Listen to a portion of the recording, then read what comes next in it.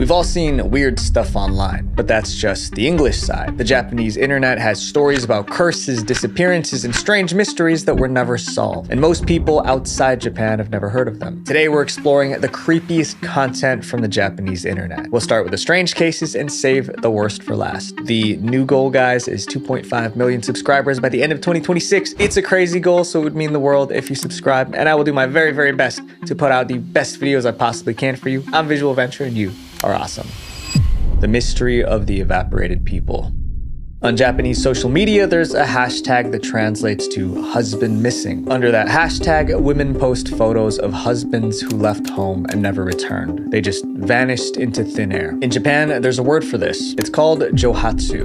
Johatsu means evaporated people, and it is the term the Japanese use for when people disappear without a trace. It's estimated that 100,000 Japanese people disappear each year. That number alone is unsettling. What makes it even more disturbing is that this has been happening for over 50 years. The term johatsu started being used in the 1960s. Back then, some people in Japan wanted to escape unhappy marriages, but divorce was a long and difficult process. So instead of going through the courts, they chose to run away. Soon, others followed for different reasons. Japan's work culture was intense. Employees had to work long hours and remain loyal to one company.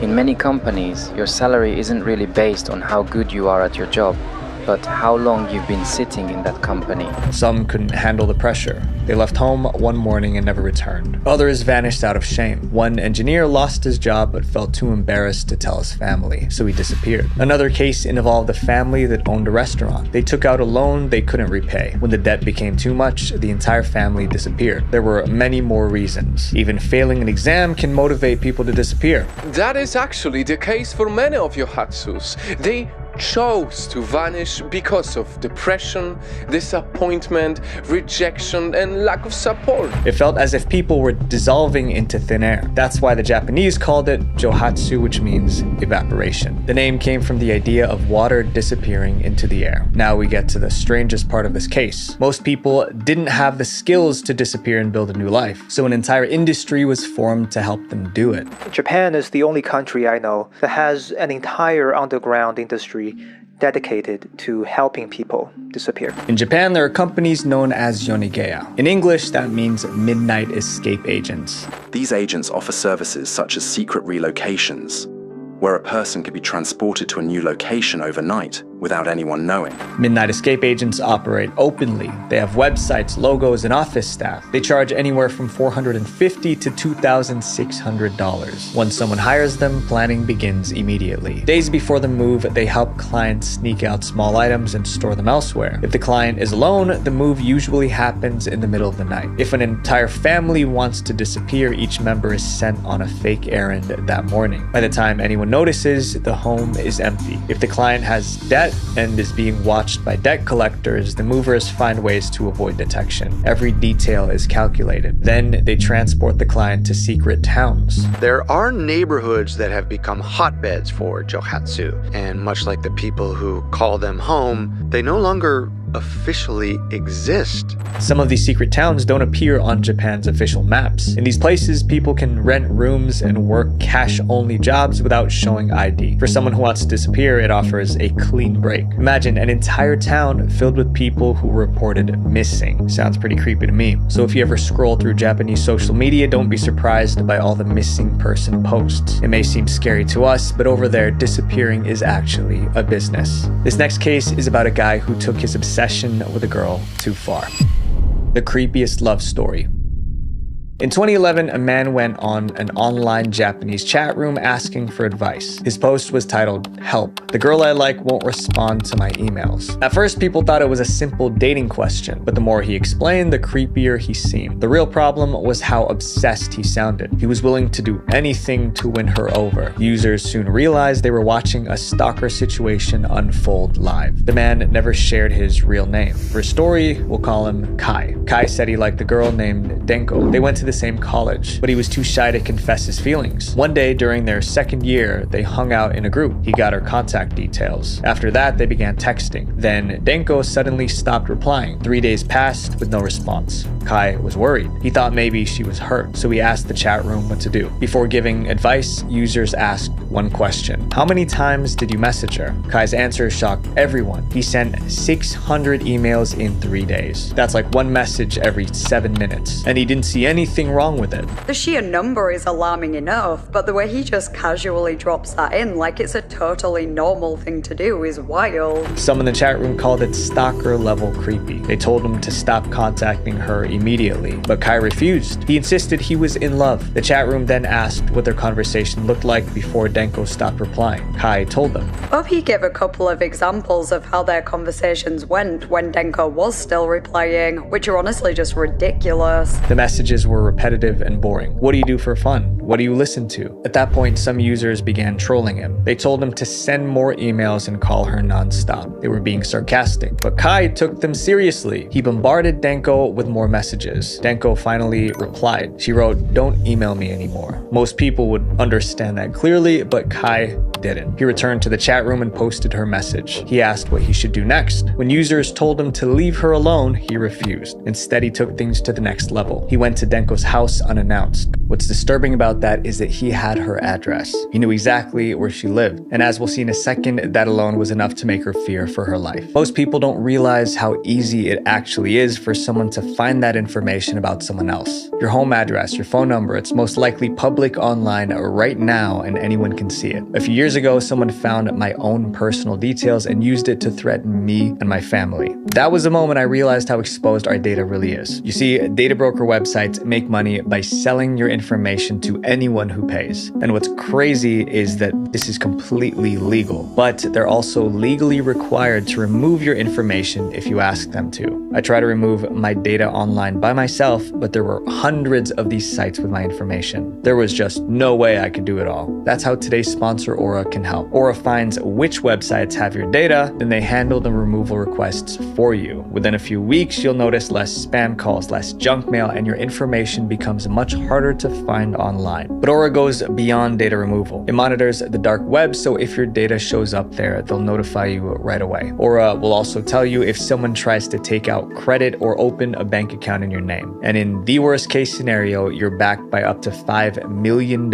in identity theft insurance. And because Aura protects you from every angle, they give you a VPN, antivirus software, and a password manager, which all help you stay safe online. If you guys want to try Aura, click the link in the description or head to aura.com/VV for a 14-day free trial. That gives Aura enough time to find out if your personal data is already being sold online. Kai arrived at Denko's house and rang the doorbell. Denko's mother answered. She appeared to know who he was because she stepped outside and told him, "If you come by again, I'll call the police." Kai went back to the chat room and asked why Denko's mom was mad at him. Users were blunt. They said Denko obviously told her mom that he was harassing her, but Kai rejected that explanation. Instead, he blamed Denko's mother for interfering. He wrote, "I need a way to meet Denko without involving her mom." A few days later, he returned to her house. This time, he didn't knock. He snuck around the property and peeked into Denko's room. Their eyes met. Denko screamed. Kai ran away. Hours later, Denko sent Kai a message. "Don't call me or email me anymore, please. I'm sorry, but I'm really scared. If there's been a misunderstanding, then I apologize. But this is my last email. Please don't contact me again. I'm begging you." Denko feared for her life. After that, Denko changed her phone number and email address. Kai could no longer reach her. Again, that should have been the end. But Kai did not give up. Kai contacted Denko's best friend. He offered to pay for updates about Denko. The best friend agreed. He first paid 3,000 yen, which is about $20. Over the next few weeks, he kept paying for information. One day, the friend told him Denko would be at a certain park. Kai went there. He found Denko. When Denko saw him, she snapped. She punched him and screamed at him to leave. He left to avoid causing a scene. Later, he returned to the chat room and explained what happened. He still believed it was just a misunderstanding. This time, the chat room turned on him. They told Kai he was the problem. Some even praised Denko for defending herself. After that, Kai claimed he stopped contacting her, but he kept posting in the chat room. He later revealed that he met another girl whom he paid in exchange for a relationship. That relationship also failed. On May 2nd, 2011, Kai made his final post. He wrote that he didn't understand how girls think at all. After that, he disappeared from the forum. Kai never revealed his true identity, so no one could track him down. That also meant that no one could verify his story. In 2012, someone translated Kai's thread from Japanese to English and posted it on Tumblr. And that's how we know about this today. Many readers treated it like a joke, but it was most likely the real-time online diary of a creepy stalker. The monster with 21 faces. In online Japanese chat rooms, there's one case people still discuss. It was a crime spree that happened in the 1980s. The group behind the crimes had a name straight out of a horror novel, The Monster with 21 Faces. For over a year, they kept Japan on edge. They didn't just commit crimes, they turned it into a sick game. The public first heard about The Monster with 21 Faces in 1984. That March, two masked men kidnapped Katsuhisa Ezaki. He was the president of Ezaki Glico, one of Japan's largest candy companies. The kidnappers broke into his home and took him while his wife watched helplessly. They left behind a ransom note. A ransom note demanded Ezaki's company Glico turn over 1 billion yen and 100 kilograms of gold in a specified phone booth. It was the largest ransom demand in Japanese history. Ezaki's family contacted the police. Search teams spread out across the area. Meanwhile, the family gathered the ransom money, but the police wanted to catch the kidnappers, so they waited at the drop location ready to arrest anyone who came for the cash. The family placed the bag at the location and left. Officers waited and watched, but no one ever came to pick it up. About 3 days later, after his abduction, Ezaki returned. He claimed he was tied up in a warehouse, but he managed to escape on his own. Unfortunately, Ezaki couldn't identify the kidnappers or provide police with any clues. The case could have ended there. Instead, it escalated. Weeks later, the group set fire to several cars at Glico's headquarters. That same day, the criminals sent letters to two major newspapers. The letters did two things. First, they mocked the police for not catching them. "Do Japanese police fools? Are you stupid? With so many of you, what are you doing? If you're real pros, try catching me." They also dropped hints about their crimes. "The car we used is gray, and the food was bought at Taiyei. If you want new info, beg for it in the newspaper." The letter was signed, The Monster with 21 Faces. Now the entire country knew their name, but the monster was just getting started. In May 1984, the monster sent another letter.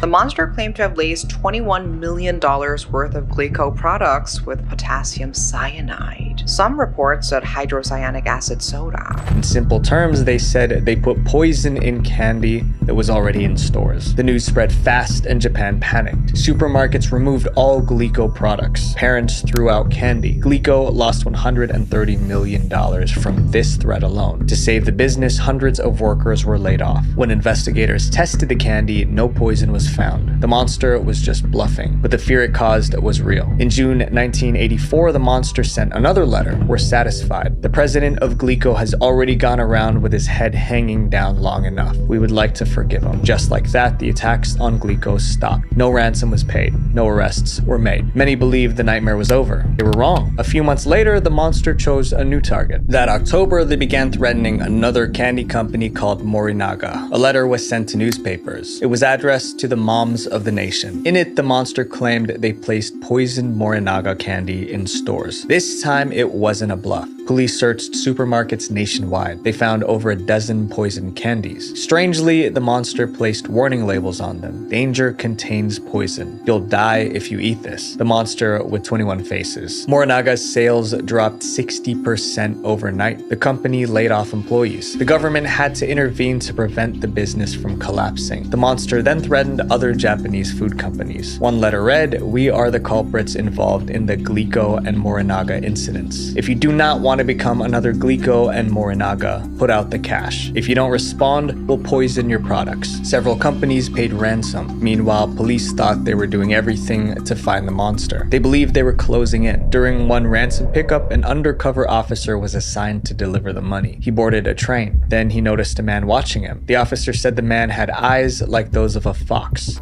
He looked cunning, hunting, and they nicknamed him the Fox-Eyed Man. When the officer tried to follow the man man disappeared into a crowd. Days later, the police released a sketch of the fox-eyed man. They even identified a suspect. A man called Miyazaki. Physically, he looked just like the fox-eyed man, and he did also have a bit of a history with Glico. But after the investigation, he was cleared. Over time, police interviewed roughly 125,000 persons of interest. None of them were linked to the monster. Months passed with no arrests. The public was angry. The media criticized the government. The officer leading the investigation was dismissed. He considered it the biggest failure of his professional career. So, out of embarrassment, the officer did the unthinkable. News of his passing shocked Japan. 5 days later, the monster sent one final letter. They talked about what happened to the officer. No Korea Yamamoto died like a man, so we decided to give our condolences. We decided to forget about torturing food-making company. It sounded like they felt guilty about his passing and decided to stop. The letter ended with, "It's fun to lead a bad man's life." No one ever heard from the monster again. The case remained open for years, but in the year 2000, the statute of limitations expired. That meant even if the culprits were identified, they couldn't be prosecuted. To this day, no one knows the true identity of the monster with 21 faces. But on the Japanese internet, this group is still a topic of discussion today. Up next is a story that made people afraid of browsing the web.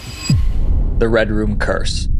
If you explore the darker side of the Japanese internet, one story keeps coming up. It's called the Red Room Curse. Some say it's just a myth. Others believe it's tied to evil spirits. The curse centers around a red pop-up window. It's all about this pop-up that comes up when you're just browsing the internet. And it looks like a virus. Like it's just like this red thing that pops up. To some, it isn't just a normal pop-up. According to the legend, if the pop-up appears on anyone's screen, they won't survive the next 24 hours. And there were real-life events that convinced some people the Red Room Curse might be real. The earliest stories about the Red Room Curse date back to the late 1990s. Around that time, someone created a short animated video and uploaded it to a Japanese website. The cartoon followed two students who heard about the Red Room Curse. They were talking at school when one mentioned a rumor about a dangerous pop-up. If it appeared on your screen, your fate was sealed. The other student laughed it off. He didn't believe in internet curses. Later that night, he went home. Once home, the boy, being skeptical about what his friend had told him, decided to look into it himself. He searched online for proof, but found nothing, so he gave up. Then, while browsing normally, a pop-up appeared.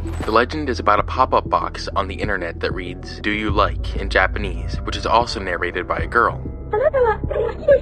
He tried closing it. Each time he did, it came back. Eventually, the question changed to, "Do you like the Red Room?" Then the screen flickered and it went black. And many names started showing up in red. These were the names of everyone who had already seen the pop-up. None of them were alive anymore. As the boy scanned the list, his heart sank. He saw his friend's name, the same friend who told him about the cursed pop-up. Then at the bottom of the list, his own name appeared. It meant he was next. Suddenly, he realized that someone was standing behind him. The animation never showed what happened after that. It didn't need to. The message was clear. The next day, both of the boys were missing. Reports said they were found lifeless. That was a story in the cartoon. But after watching it, many believers of this story weren't sure if it was just fiction or if the curse was real. No one wanted to investigate. As one person wrote, "I really want to check it out, but I'm scared it'll be real." Then a real event made people even more scared of the curse. In June 2004, a Japanese schoolgirl ended her classmate. As part of the investigation, police searched her computer. They wanted to understand her motive, but they found something unsettling in her browser history. The #1 bookmark on Natsumi's computer was a flash animation that depicted the Red Room Curse. The Japanese media reported the discovery. The Red Room legend was no longer just a story. It was now linked to a real-world tragedy. This connection stayed in people's minds. Years passed. The original animation that made the curse famous got lost. But the story of the cursed pop-up kept spreading. Some created video games based on it. Others made short films inspired by it. Every few years, new claims appear online. Someone says their screen flashed red for a second, or a strange message popped up and vanished before they could screenshot it. The Red Room Curse legend felt relatable. Anyone can get a pop-up while browsing, and the idea that seeing it means you're already doomed is what makes it scary. This next chapter is about a screenshot of a creature that some swear isn't human. The Demon with No Face.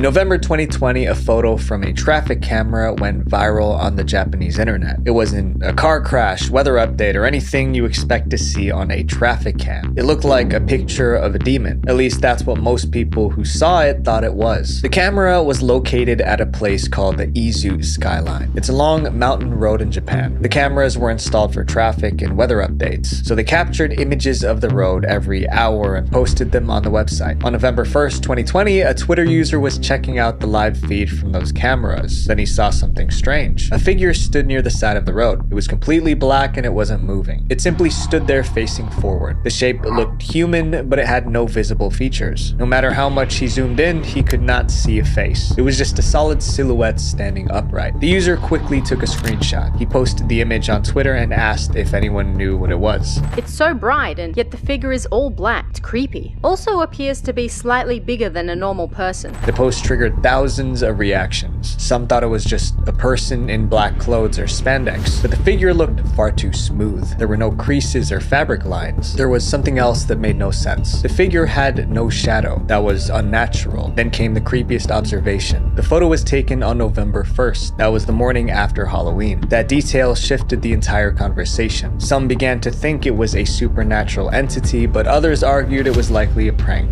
Well, assuming the photo wasn't edited in any way, it was likely just a person trying to get captured by the live cam they knew took a picture at 6 a.m. every morning. Even with logical explanations, the image continued to disturb people. There was no official statement from road authorities, and no one ever proved what it was. The camera continued operating as usual, and the figure never appeared again. Years later, it remains one of the creepiest images to come out of the Japanese internet. This next case was so unsettling that people made a movie about it.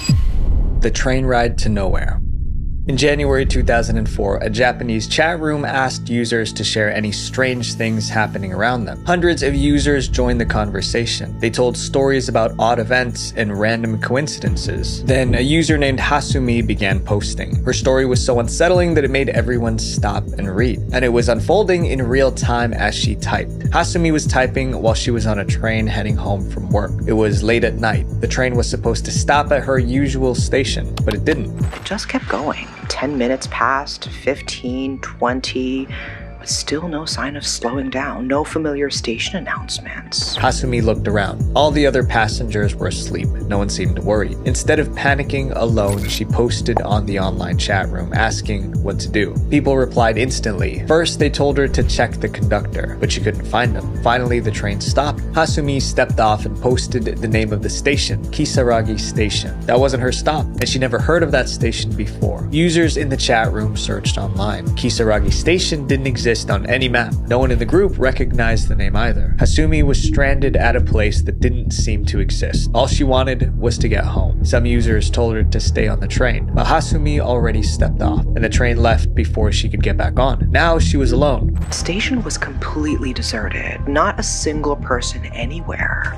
The ticket office was dark and abandoned. Hasumi tried to find a taxi, but there was none. People in the chat room told her to walk along the tracks until she reached the previous stop. So she started walking. Then she heard a voice behind her. Someone screamed, "Hey, don't walk on the tracks, that's dangerous." When Hasumi turned around, she saw a man with one leg. She blinked for a second and he disappeared. Hasumi kept updating the chat room. She was terrified, but she forced herself to keep moving. She saw a tunnel ahead and went through it. When she came out on the other side, she saw a man sitting in a car. He offered to drive her to a nearby hotel. She told the chat room and asked what to do. Users warned her not to get in. They said it was suspicious for someone to be there so late at night, but Hasumi said she was exhausted, so she got into the car. At first, the driver was friendly. Then she realized he was driving in the wrong direction. The driver wasn't heading toward any hotel. Instead, he turned into a narrow mountain road, driving deeper into the wilderness. Hasumi asked what was happening, but the driver ignored her. He was just mumbling to himself. That's when Hasumi posted her final message. "My battery's almost out. Things are getting strange, so I think I'm going to make a run for it." After that, there were no more updates. Hasumi never posted again. Hundreds of users stayed online waiting for Hasumi's return. She never did. People formed theories about what happened to her at Kisaragi Station. Some said she must have slipped through a doorway into another dimension. Others had darker explanations. things. Maybe she died in an accident while dozing off, and what she experienced was her final journey to the afterlife. Some believe the entire story was a hoax. People continued searching for any trace of Kisaragi Station, but they found nothing. 7 years later, someone claiming to be Hasumi posted an update saying she survived. Most people didn't believe it. Over time, Hasumi's posts spread across the internet, and the mystery of Kisaragi Station became one of Japan's most famous internet horror stories. In 2022, a movie was made about it. To this day, no one knows how true her posts were. All people saw was someone scared asking for help. Then she disappeared. The person in her next story did anything to get attention, including risking other people's lives. The case of the fake survivor. When we talk about creepy content, it isn't always ghosts or curses. Sometimes it's real people doing strange things. This is one of those cases. It involves a man who pretended to be buried alive. It all started with a real tragedy. On January 1st, 2024, Japan was struck by a powerful earthquake. A powerful 7.6 magnitude earthquake struck central Japan, leaving a trail of destruction in its wake. Buildings collapsed and fires spread. But the most urgent crisis was the people trapped under the rubble. They needed to be rescued before time ran out. That same day, 25-year-old Ryodai Kanemaru was at home. He also lived in Japan, but he was miles away from the disaster zone. He was completely safe. As the news of the earthquake spread, Kanemaru opened Japanese Twitter. He wanted to see how people were reacting. There were several thousand posts requesting rescue at the time. The trapped victims became the focus of national attention. Kanemaru wanted that attention too, so he decided to lie. That night, he posted, "My family is trapped in our collapsed house." To make the lie believable, he listed a real address in Wajima, one of the hardest hit areas. His message got a lot of attention. People replied and told him to stay strong. Others said they would alert authorities. He probably loved the attention because he decided to tell another lie. He posted another desperate message asking for help. This time he used a different address. Once again, people online reacted with concern. Kanemaru repeated the lie again and again. By the end of the day, he made about a dozen fake rescue posts. The next day, 10 officers went to the site posted by Kanemaru. They were there to rescue him, but they found no collapsed houses. All residents in the neighborhood were confirmed to be safe. The rescue team searched the area for about 20 minutes trying to find the person who asked for help. Eventually, they realized the rescue request was fake, but Kanemaru wasn't the only one doing this. Many others also posted fake rescue requests. A researcher later reviewed the rescue tweets. The Institute said that there were over 1,000 tweets asking for help, and 104 were fake. Some of the posts included the name of non-existent places. The situation became so serious that Japan's prime minister addressed it in a press conference. He called the posts malicious false information. It was a big issue because the fake posts sent them rushing to scenes where there was no one who needed help. Meanwhile, there were hundreds of real victims waiting to be saved. It was despicable. Police decided to track down those behind the fake posts and hold them accountable. Authorities analyzed Twitter accounts. They were able to trace the posts back to their sources. The investigation took time, but it produced results. In July 2024, the police arrested Kanemaru. The headline read, "Man arrested for making false rescue request on social media." He was charged with obstructing rescue work. When questioned, Kanemaru told police exactly why he did it. He said, "I wanted to take advantage of the earthquake to draw attention to my posts and get a lot of people to respond." In simple terms, he wanted likes and shares on social media, and he didn't care if real victims were hurting while he did it. The Japanese internet is full of stories that were never solved, never explained. Some are real and others legends. But maybe the creepiest stories are the ones somewhere in between, where your imagination fills in the rest. Visual Venture. Wait, before you guys go, I have a video about the most disturbing websites you should not visit. I talk about a website that streams live footage from inside people's bedrooms, a married man who cheated on his wife with an AI girlfriend, and a hitman for hire website. Click here to watch it. Love you guys. Peace.